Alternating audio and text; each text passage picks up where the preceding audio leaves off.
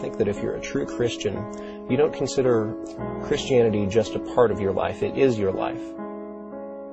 And if you follow the teachings of the Bible, specifically Mark 16:15, which says, "Go out into the world and preach the good news to all creation," then you have an obligation to share that faith with others. If you saw a building on fire and you knew there were people in it, and you knew that you were capable of running in there and saving someone who wouldn't be able to help themselves, if you knew that you could help them, would you just stand there and do nothing?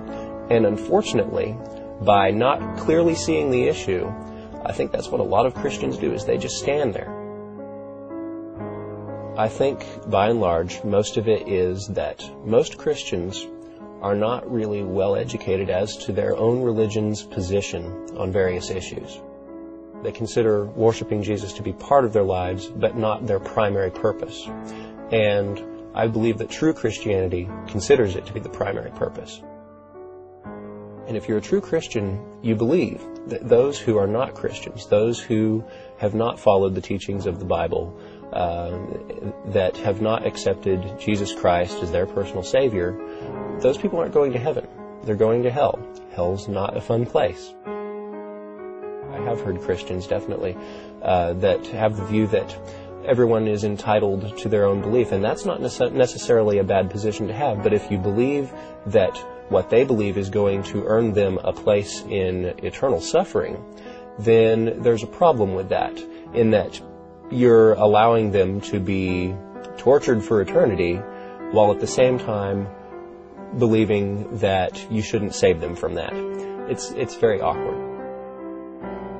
If you really believe that people who are not Christians are going to hell, then that is a very serious consequence. And if you don't take that seriously, I think that you might be compromising your own belief system. Those who do take their faith seriously, they need to encourage or teach those who might not how important that is. Sometimes I think Christians are afraid of being labeled as a Bible thumper, or to have negative connotations associated with them.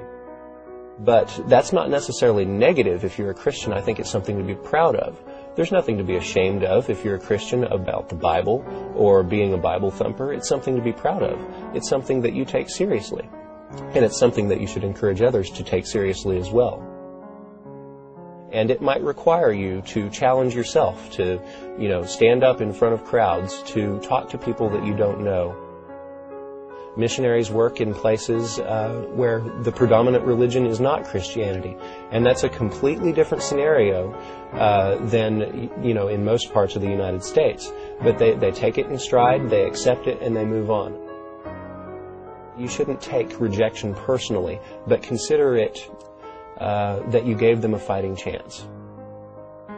Give them a fighting chance at heaven. Even if you do have to risk offending someone or risk a friendship. It's a simple matter of weighing priorities.